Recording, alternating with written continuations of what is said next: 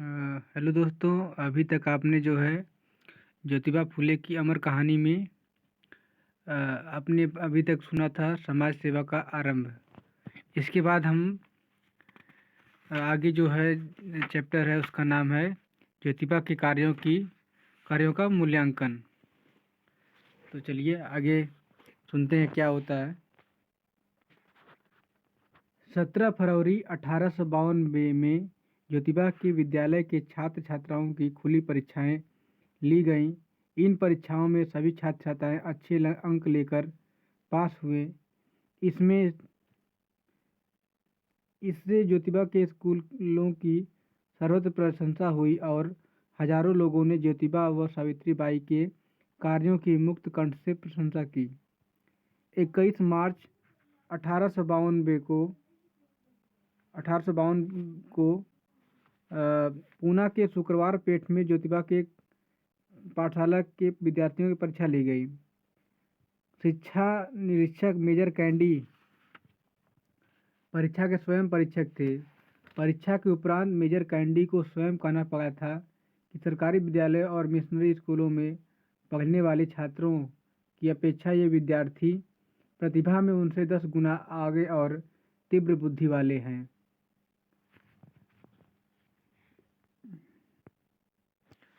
इन शूद्र बच्चों की प्रतिभा का परिणाम ज्योतिबा के अथक परिश्रम का प्रतीक था। ज्योतिबा ने सिद्ध कर दिखाया था कि अगर हमेशा शिक्षा से वंचित श्रमिकों और शूद्रों के बच्चों को शिक्षा का पूरा अवसर दिया जाए तो ये सवर्ण छात्रों से हजारों गुना प्रतिभा में आगे होंगे। हर व्यक्ति में कोई न कोई प्रतिभा होती है। ज्योतिबा द्वारा पढ़ाए गए बच्चों ने सिद्ध कर दिखाया था कि ब्राह्मण छात्र प्रतिभा में बहुत पीछे होते हैं और शायद इसी कारण ब्राह्मणों ने अपने को सर्वोच्च रखने हेतु इनके लिए शिक्षा के द्वार सदा सदा के लिए बंद कर दिए थे। ब्राह्मण ने जिस शूद्र को गंवार और पशु समान ठहरा रखा था, वही शूद्र ज्योतिबा की बदौलत किसी भी श्रेष्ठ ब्राह्मण से ज़्यादा योग्य बनने के मार्ग की ओर बढ़ने लगा। यह मार्ग ज्योतिबा जैसे महामानव ने ही प्रशस्त किया था।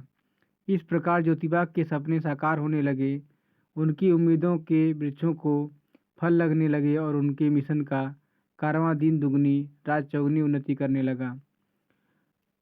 16 नवंबर सन 1857 को प्रख्यात व्याकरणकार व मराठी स्कूलों के विभागीय सचिव माननीय दादोबा पांडुरंग तरवंडकर ने ज्योतिबा की इन स्कूलों का मुआयना किया। उन्होंने विद्यालय का बढ़िया कामकाज, शिक्षक शिक्षिकाओं की शिक्षण विधि, छात्र छात्राओं की अभिरुचि, उच्च प्रतिभा व विद्यालय में अनुशासन की भूरी भूरी प्रशंसा की। उन्होंने इन सब के लिए ज्योतिबा और सावित्री बाई की लगन, लक्ष्य के प्रति पूरे समर्पण भाव और छात्र छात्राओं के सर्वांगीण विकास हेतु तन मन धन से त्याग भावना की सराहना की। उन्होंने अंत में अपने रिपोर्ट में कहा कि मैंने ऐसे अनुशासित विद्यालय व बहुमुखी प्रतिभा वाले छात्र छात्राएं अन्य स्कूलों में नहीं देखे। मैं इनकी अल्पकालीन प्रगति से बहुत संतुष्ट हूँ। यह इसलिए संभव हुआ क्योंकि ज्योतिबा द्वारा संचालित विद्यालयों की स्थिति तथा उनकी छात्राएं सरकारी वर्नाक्युलर विद्यालयों तथा उनके विद्यार्थियों से कहीं अधिक सुंदर और श्रेष्ठ थी। सरकारी स्कूलों के अध्यापक तथा छात्र लापरवाह, प्रमादी व कर्तव्यहीन थे। उनकी व्यवस्था देखने वाले लोग भी विद्यालयों की ओर तनिक भी ध्यान नहीं देते थे। एक ओर अपने विद्यालयों के लिए ज्योतिबा का त्याग, परिश्रम, सावधानी और प्रतिबद्धता, दूसरी ओर सरकारी स्कूलों के व्यवस्थाकारों तथा अध्यापकों की लोभी प्रवृत्ति, आलस्य और उपेक्षा, दोनों पक्षों में कोई तुलना नहीं थी। लोगों में भय तथा आशंका व्याप्त हो गई, यह सोचकर कि कहीं ऐसा न हो कि लड़कियां लड़कों से अधिक प्रबुद्ध, होनहार तथा मेधावी निकल जाएं। यह चिंता स्वाभाविक भी थी। पूना के सामाजिक नेताओं का नारी विरोध तथा पुरुष परक श्रेष्ठता 1920 तक बरकरार रही, किंतु ज्योतिबा फूले के अथक प्रयास तथा अविचल निष्ठा से छोटी जातियों के लोगों तथा उनके बच्चों का निरंतर विकास होता गया। ज्योतिबा की कीर्ति ध्वजा फर फर फहराने लगी। सभी लोगों पर ज्योतिबा के इस सदकर्म का गहरा प्रभाव पड़ा। अब ज्योतिबा सामान्य व्यक्ति के जीवन से ऊपर उठ गए थे। उनकी गणना अब महान समाज सुधारकों में की जाने लगी थी। उनके विरोधी भी यह अब उनका लोहा मानने लगे थे। लेकिन ज्योतिबा के प्रयासों का यह मात्र पहला कदम था। उनकी आगे की ऐतिहासिक योजनाओं का आधार मात्र वाचनालय की स्थापना। सन 1852 में ज्योतिबा ने एक और उल्लेखनीय कार्य किया। वह कार्य था समाज के पिछड़े दबे थके निम्न अछूत लोगों के लिए एक अलग वाचनालय की स्थापना करना। इसमें किंचित मात्र भी संदेह नहीं कि इस वाचनालय ने सावित्रीबाई को बहुश्रुत बनाने में महत्वपूर्ण भूमिका निभाई, क्योंकि सावित्रीबाई स्कूल से आकर घर में खाना बनाने के बाद वाचनालय में बैठकर पुस्तकें पढ़ती थीं और ज्ञानार्जन करती थीं। यह उनका रोज़मर्रा का नियम था। यह भी कम दिलचस्प बात नहीं है कि ज्योतिबा और सावित्री तंगहाली में जीवन गुजारने के बावजूद विद्यालय में बिना वेतन लिए बच्चों को पढ़ाते थे। स्कूल अब भले ही अच्छी स्थिति में थे, लेकिन ज्योतिबा के घर की माली हालत जर्जर थी, डामाडोल थी। उन दिनों वह अपने परिवार के भरण पोषण के लिए दर्जी का काम भी करते थे और सावित्रीबाई कुछ महिलाओं की मदद से रजाइयाँ बनाकर बेचती थी, जिससे घर की दाल रोटी का खर्चा चलता था। अभाव के बाद भी दोनों पति पत्नी का उत्साह कम नहीं हुआ और वे अपने काम में लगे रहे। उनका यश चारों ओर फैलने लगा और वह इतने अल्प समय में ही अछूत महिलाओं तथा पुरुषों के मसीहा बन गए थे। शिक्षा के क्षेत्र में उन्हें युग प्रवर्तक माना जाने लगा था। कितने महान थे वे पति पत्नी जो ऐसी तंगहाली में भी अपनी ही नहीं बल्कि शुद्ध अतिशुद्ध समाज की चिंता में जुटे थे। उनके अज्ञान के अंधेरे को मिटाने की मिशन में जुटे थे। उन्हें स्वयं के लिए किसी भी वस्तु की चाह नहीं थी। चाह थी वो केवल मात्र शोषित पीड़ित मानवता को अपने पैरों पर खड़ा करने की। ज्योतिबा का सार्वजनिक सम्मान। कुछ ही समय के पश्चात ज्योतिबा के महान जनहितकारी सुधार कार्यक्रमों की चारों ओर धूम मच गई थी। ज्योतिबा के नारी शिक्षा आंदोलन का प्रभाव दूर दूर तक फैलता गया जा रहा था। तत्कालीन सरकार भी ज्योतिबा व उनके कार्यों की प्रशंसक हो गई थी। उस दौर के अखबार भी ज्योतिबा की प्रशंसा करने लगे। बम्बई प्रांत के बोर्ड ऑफ एजुकेशन के प्रेसिडेंट सर एटस्किन पेरी ज्योतिबा के इस कार्य से बहुत प्रभावित हुए थे। यद्यपि पुराने विचारों के लोग ज्योतिबा के कामों का अब भी लगातार विरोध कर रहे थे, तथापि समाज के विचारवान प्रज्ञावान लोग और कंपनी सरकार उनके बढ़ते हुए कार्य को बड़ी जिज्ञासा और प्रशंसा की दृष्टि से देख रही थी। सरकारी अधिकारियों द्वारा ज्योतिबा के स्कूलों का निरीक्षण करने के उपरांत सरकार को भेजी रपट से स्थानीय बरतानिया प्रशासन काफ़ी संतुष्ट था। इसकी खबर गवर्नर साहब को भी मिली।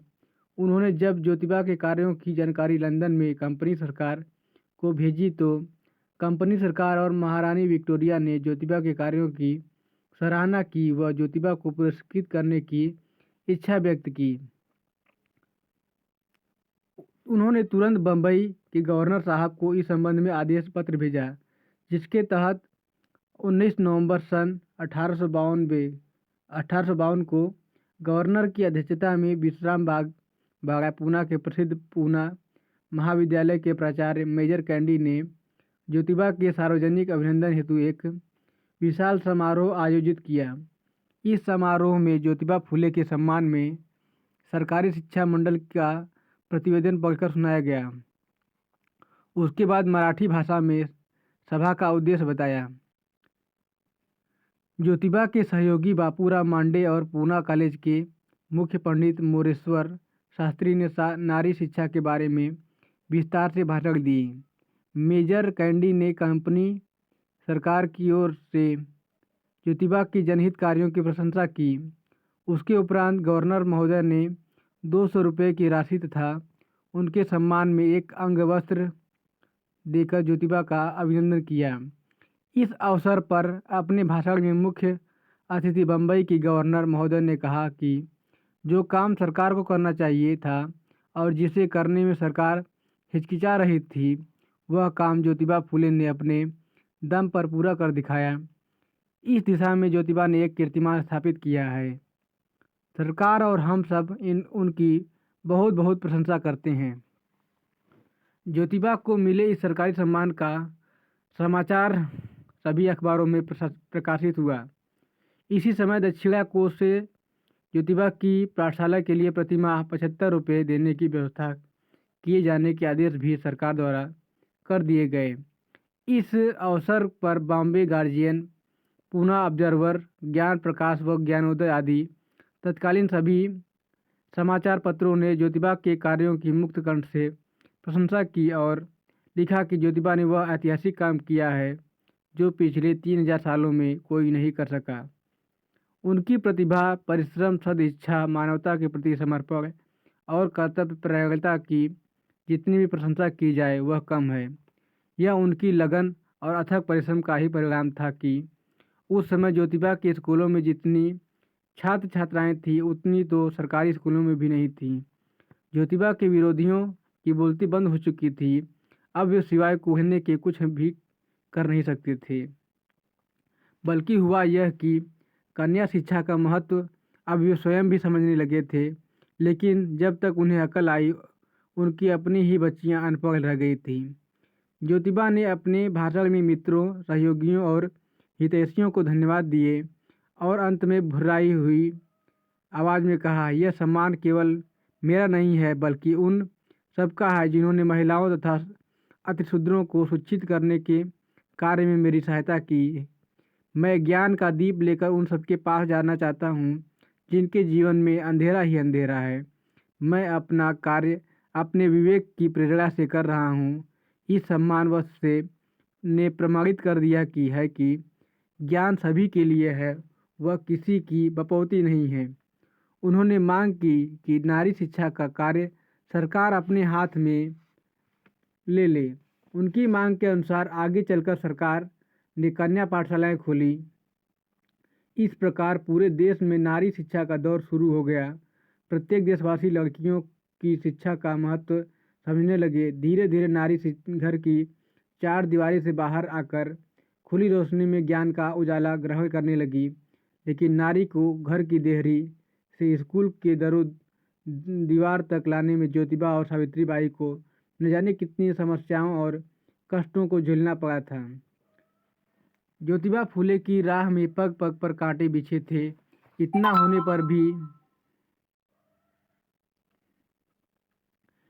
होने पर भी ज्योतिबा फुले का शुद्ध तथा नारी शिक्षा का कार्य निरंतर चल रहा था। उनके विद्यालय भी अब धीरे धीरे प्रगति पथ पर अग्रसर हो रहे थे। साधनों का चाहे कितना भी अभाव हो क्यों न रहा हो, परंतु ज्योतिबा ने अपने छात्रों को उचित व्यवस्थाएं देने के लिए हर संभव प्रयास किए। चंद वर्षों में ही उनके विद्यालयों ने जो कुछ प्राप्त किया, दूसरे को ऐसा कर दिखाने के लिए कई वर्ष लगते। तत्कालीन नियमों के अनुसार विद्यालयों की वार्षिक परीक्षाएं सार्वजनिक रूप से ली जाती थीं। इस अवसर पर सरकार के बड़े बड़े अंग्रेज अधिकारी तथा अन्य गणमान्य नागरिक उपस्थित रहते थे। ज्योतिबा की बालिका विद्यालय की वार्षिक परीक्षा 12 फरवरी 1853 को संपन्न हुई। इसके बाद ही उनके द्वारा स्थापित शुद्ध जाति के बच्चों के विद्यालयों की वार्षिक परीक्षा 21 मार्च 1853 को हुई। पेशवाओं के अखाड़े व्यायामशाला में यह परीक्षा ली गई। समाज के अन्य प्रतिष्ठित एवं सम्मानित लोग भी इन शूद्र बच्चों को शिक्षित बनाने के ज्योतिबा के प्रयासों के परिणाम देखने के लिए बड़ी उत्सुकता से उपस्थित थे। ज्योतिबा द्वारा तैयार किए गए विद्यालय संबंधी विवरण को उनके सहयोगी बामन राव परांजपे ने पढ़कर सुनाया, जिसमें ज्योतिबा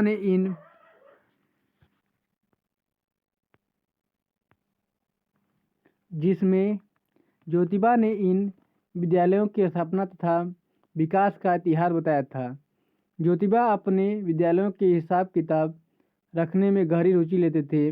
उन्होंने इस विवरण में उन सभी सहयोगियों तथा दानदाताओं का विशेष रूप से यूरोपियन अधिकारियों के नाम का साभार उल्लेख किया था।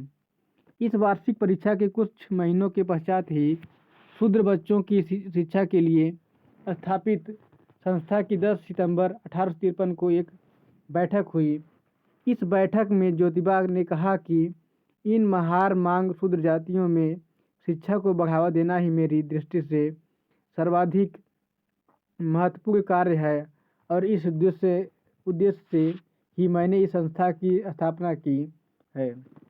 ज्योतिबा ने शूद्र बच्चों को विद्यालयों की वार्षिक परीक्षा के अवसर पर जो विवरण तैयार किया था उसमें कुछ अंग्रेज अधिकारियों ने नामोल्लेख पर कुछ ब्राह्मणों को कड़ी आपत्ति हुई, लेकिन यह एक कटु सत्य है कि इन शूद्र बच्चों के विद्यालयों को चलाने के कार्य में ज्योतिबा को जिस प्रकार कुछ अंग्रेजों ने समय समय पर आर्थिक दान के रूप में सहयोग दिया, उतना सहयोग हिंदू समाज के संपन्न लोगों ने कभी नहीं दिया।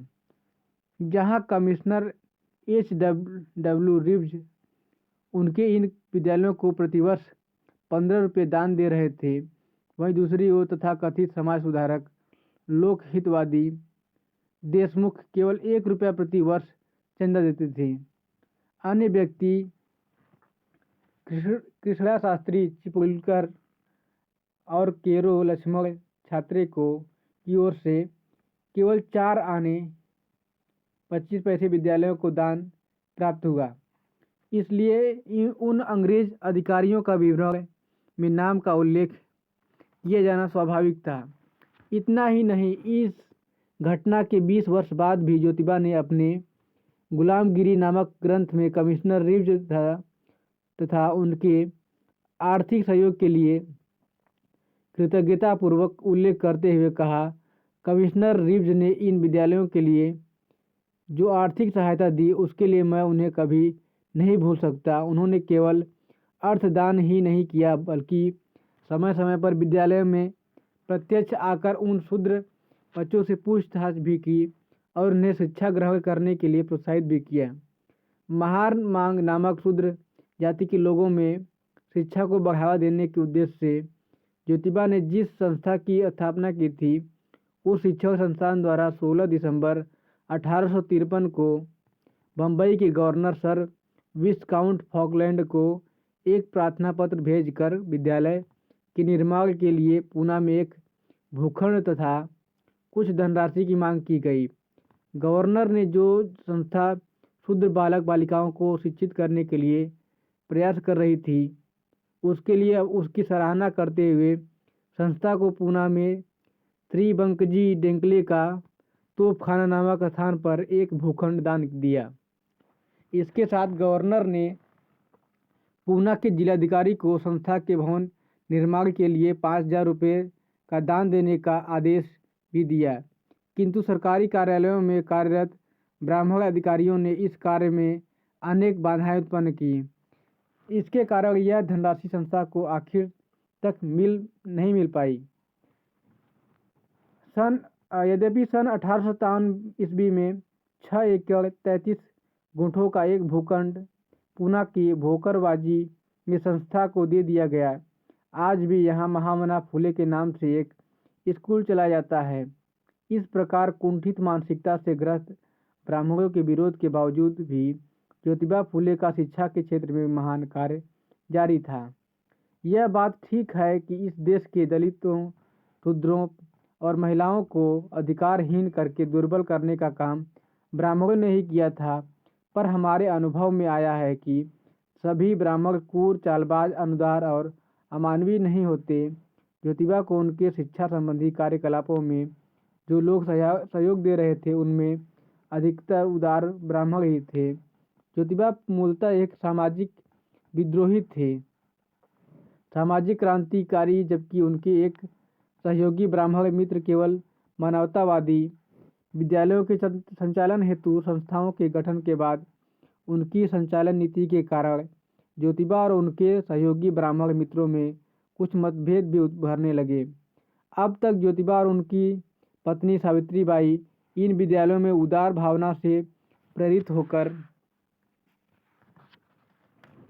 निस्वार्थ भावना से बिना वेतन अध्यापन कार्य कर रहे थे। विगत 4 वर्षों में इन विद्यालयों में अध्यापन तथा देखभाल करने के अलावा उन्होंने दूसरा कोई काम ही नहीं किया था। उन दिनों ऐसा करना आवश्यक भी था। ज्योतिबा के पिता ने उन्हें खाली हाथ घर से बाहर निकाल दिया था, इसलिए अपनी स्थिति को मजबूत करने के लिए अब ज्योतिबा को कोई नौकरी अथवा व्यवसाय करने की आवश्यकता महसूस होने लगी। जब ज्योतिबा ऐसे मानसिक तथा आर्थिक तनाव से गुजर रहे थे, लगभग उन्हीं दिनों जुलाई 1854 में स्कॉटिश मिशन द्वारा पूना में एक बालिका विद्यालय की स्थापना की गई। यह एक आवासीय विद्यालय था। इस मिशन ने ज्योतिबा को अपने विद्यालय में अध्यापक के रूप में कार्य करने के लिए निमंत्रित किया। इस प्रकार ज्योतिबा स्कॉटिश मिशन विद्यालय में अल्पकालीन अध्यापक बन गए। विद्यालय के अलावा अनाथ बच्चों के लिए एक अनाथालय तथा धर्मांतरित ईसाइयों की लड़कियों के लिए आवासीय विद्यालय भी चलाती थी। इन सभी संस्थाओं पर मिशन का पूर्ण नियंत्रण था। विद्यालयों के प्रबंधकों ने ज्योतिबा के अध्यापन कार्य की भूरी भूरी प्रशंसा की। विद्यालय की प्रगति संबंधी एक विवरण में उन्होंने कहा, हमें अत्यंत हर्ष है कि पूना के एक समाज सेवी ज्योतिबा फूले हमारे विद्यालय में अध्यापक के रूप में अपनी सेवाएं दे रहे हैं। शूद्र जातियों तथा नारी वर्ग में शिक्षा के प्रसार के लिए उन्होंने जो दृढ़तापूर्वक प्रयास किए, उनके लिए सरकार तथा शिक्षा बोर्ड ने उनकी हार्दिक प्रशंसा करते हुए कहा, उन्होंने हमारे सभी अपेक्षाएं पूर्ण करते हुए छात्राओं का सर्वांगीण विकास किया। स्कॉटिश मिशनरी स्कूलों विद्यालय में अध्यापक के पद पर नौकरी के साथ साथ ज्योतिबा एक सिलाई की दुकान भी चलाते थे, जिसमें एक नौकर काम पर रखा हुआ था। सावित्रीबाई अपने अवकाश के समय में बेचने के लिए रुई के मोटे गद्दे बनाने का काम करती थी। स्कॉटिश मिशनरी स्कूल में नौकरी करने के समय ही ज्योतिबा फूले ने दाढ़ी रखनी आरंभ की थी। ज्योतिबा सावित्रीबाई के साथ कभी कभी अपने पिताजी से मिलने जरूर जाते थे, किंतु पिता के साथ उनका पूर्ण रूप से मेल मिलाप नहीं हुआ था। कैसी विडंबना थी कि जिस ज्योतिबा और सावित्रीबाई के चर्चे लंदन में महारानी विक्टोरिया तक पहुंच चुके थे, जिनका गुणगान भारत का शासक प्रशासन ही नहीं बल्कि समूचा मीडिया भी कर रहा था, वे अब भी आर्थिक तंगी से जूझते हुए कमर तोड़ मेहनत कर रहे थे। वे दान से मिली एक भी पाई को हाथ न लगाते थे। यही वजह थी कि जिस ज्योतिबा ने दूसरों को पढ़ाने के लिए कई स्कूल खोल रखे थे, वे स्वयं अपना पेट पालने के लिए दूसरों के स्कूल में पढ़ाने जाते थे। क्या ही अच्छा हो जो आज के महंगे पब्लिक स्कूलों को प्रोत्साहन देने वाली सरकारें ज्योतिबा फूले की इस अभियान से प्रेरणा लें। पूजा नहीं, ज्ञान महान है। ज्योतिबा फूले ने एक और अपने रचनात्मक कार्यों को महत्व दिया, जिसके अंतर्गत उन्होंने नारी शूद्र और अतिशूद्र में शिक्षा के प्रचार के क्रांतिकारी कार्य का सूत्रपात किया, तो दूसरी ओर उन्होंने ब्राह्मणवाद के शोषण तंत्र को भी बेनकाब करने का युगांतकारी कार्य किया। उन्होंने ब्राह्मण धर्म में व्याप्त धार्मिक पाखंड, कर्मकांड और अंधविश्वासों से आम आदमी को सावधान करने का महती कार्य किया। इस लक्ष्य की सहज प्राप्ति के लिए उन्हें शिक्षा प्रसार जैसे रचनात्मक कार्यों के साथ साथ ही साहित्य लेखन का कार्य भी बहुत तत्परता के साथ करना पड़ा। उन्होंने अभूतपूर्व सफलता से किया। ज्योतिबा फूले द्वारा साहित्य सृजन का उद्देश्य लोगों का मनोरंजन करना मात्र नहीं था, बल्कि उनके साहित्य सृजन का अर्थ तो लोगों की वैचारिक जागृति के लिए शूद्र और अछूत वर्ग में सामाजिक परिवर्तन की चेतना जागृत करना था। ब्राह्मण लोग समाज में पुराणों में वर्णित निराधार और मिथ्या बातों का प्रचार करते थे। सत्यनारायण की कथा के माध्यम से ब्राह्मण लोग बहुजन समाज में घुसकर धर्मांधता का प्रचार करते थे। ज्योतिबा फूले ने अपने साहित्य द्वारा सत्यनारायण की कथा का और कथा करने वाले पुरोहितों की जबरदस्त आलोचना की। इसके लिए उन्होंने सन 1857 में तृतीय रत्न नाम का एक नाटक लिखा। उस नाटक में उन्होंने ब्राह्मणों के ईश्वरवाद और धर्मांधता की धज्जियां उड़ाकर रख दी। एक ब्राह्मण पुरोहित गांव के किसान की गर्भवती महिला को किस प्रकार से झूठी बातों में फंसाता है और किस प्रकार किसान को पूजा पाठ ब्राह्मण भोज के चक्कर में उलझाता है, और बाद में वहाँ एक ईसाई धर्मोपदेशक आकर एक नाटक के माध्यम से उस ब्राह्मण की धूर्तता का भंडाफोड़ करके संदेश देता है कि पूजा से तो ज्ञान ही महान है और प्रत्येक किसान तथा उनकी पत्नी को शिक्षा अवश्य प्राप्त करनी चाहिए। उन्होंने कहा कि किसान का कल्याण सत्यनारायण की कथा करने से नहीं होगा, बल्कि पढ़ने लिखने और स्कूल जाने से ही होगा। सच तो यह है कि ज्योतिबा अपने युग के महान सफल साहित्यकार भी सिद्ध हुए। इसे झुटलाया नहीं जा सकता, बल्कि कहना तो यह चाहिए कि वे आज के दलित साहित्य आंदोलन के पितामह हैं। लगभग इसी समय संस्था के सामने एक नई समस्या आन खड़ी हुई। विद्यालय में शिक्षा प्राप्त करने के उद्देश्य से कुछ तरुण लड़कियों ने प्रवेश लेना चाहा, लेकिन लड़कियां वहां पर पढ़ने वाले अन्य तरुण लड़कों के साथ एक ही कमरे में बैठकर पढ़ाई करने को तैयार नहीं थी। ज्योतिबा तो जैसे समस्याओं का समाधान करने के लिए पैदा हुए थे। उन्होंने तुरंत लड़कियों की शिक्षा की व्यवस्था लड़कों से अलग कर दी। लड़कियों के लिए उन्होंने स्वतंत्र विद्यालय शुरू कर दिए। इस प्रकार उन्होंने इस समस्या का हल निकाल दिया। ज्योतिबा अलग ही मिट्टी के बने थे। वे विकट से विकट समस्या के आने पर भी कभी विचलित नहीं होते थे, बल्कि उसका सार्थक हल खोज लेते थे। यही उनकी महानता का राज भी था। पूना ऑब्जर्वर समाचार पत्र अपने 21 अगस्त 1852 के अंक में इस संबंध में लिखता है कि ज्योतिबा फूले ने महार, मांग, डेढ़, चमार आदि अछूत जाति की लड़कियों के लिए बेताल पेठ में विद्यालयों की स्थापना की। इन दोनों विद्यालयों में अध्यापन का कार्य ज्योतिबा की देख रेख में ही होता था। इसके लिए धन की व्यवस्था भी ज्योतिबा ही अपने निजी प्रयासों से करते थे। यह बात अलग है कि कभी कभार कुछ यूरोपियन अधिकारी तथा समाज के अन्य उदार लोगों से कुछ दान प्राप्त हो जाता था। यह सत्य है कि बहुत बाद में ज्योतिबा को अनुभव हुआ था कि ज्ञान तो पुस्तकों में विद्यमान है, परंतु पुस्तकें निर्धन समाज के बच्चे अपने पैसों से खरीद नहीं सकते। ज्योतिबा ने तब इस समस्या का निराकरण करने के लिए कुछ ही दिनों में अपने सभी विद्यालयों में एक एक पुस्तकालय की स्थापना की।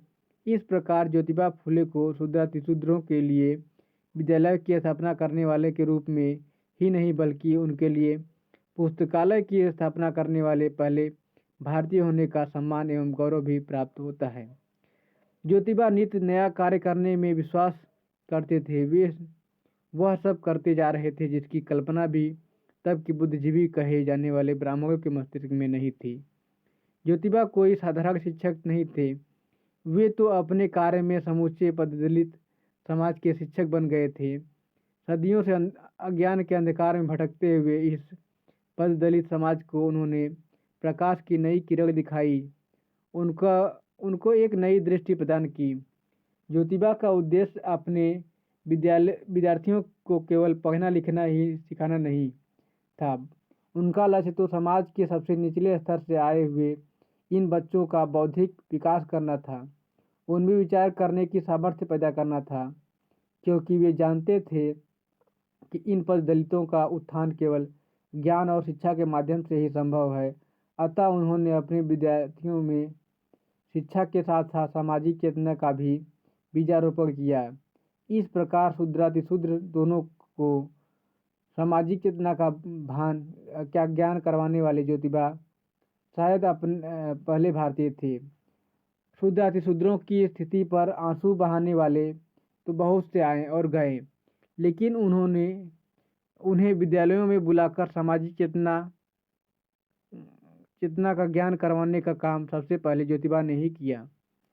ज्योतिबा की विद्यालय में अध्ययन कर रही मातंग समाज की 14 वर्ष की एक अछूत बालिका ने विद्यालय के वार्षिक उत्सव के अवसर पर अपने विद्यालय के संबंध में एक निबंध लिखा। यह निबंध फूले के इतिहास का अभिन्न अंग बन गया है। उसने अपने इस निबंध में महार मांग समाज की दुर्दशा तथा अधोगति का सजीव चित्र प्रस्तुत किया था। वह कहती है, ब्राह्मणों का कहना है कि वेदों पर उनकी ही जाति का एक अधिकार है। केवल ब्राह्मण ही वेदों का पठन पाठन कर सकते हैं। उससे यह प्रमाणित होता है कि हमारा कोई धर्म ग्रंथ ही नहीं।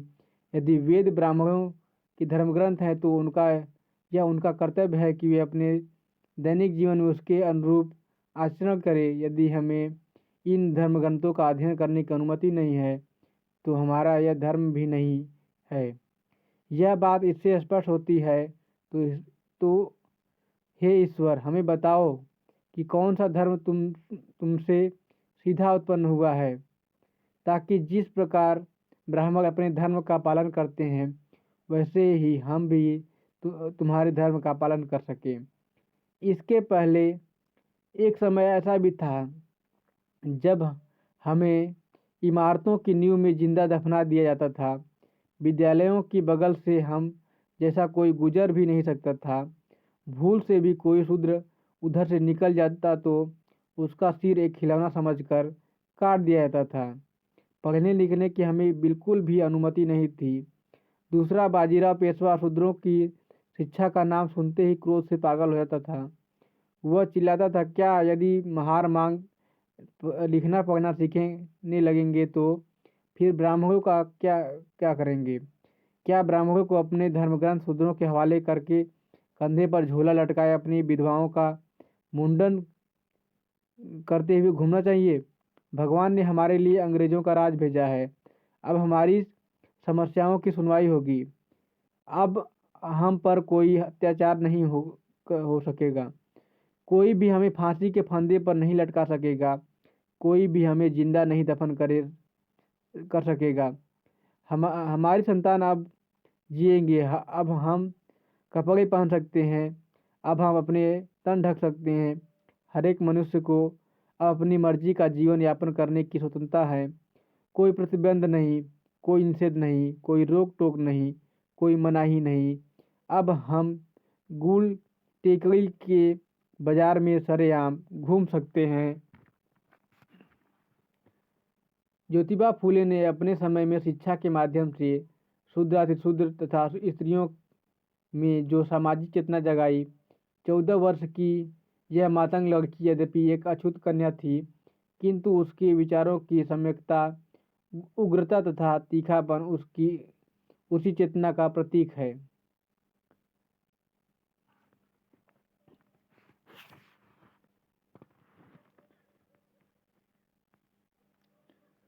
अब तक इतना ही। आगे का जो है भाग है दक्षिणा कोश। धन्यवाद, बने रहिएगा हमारे साथ।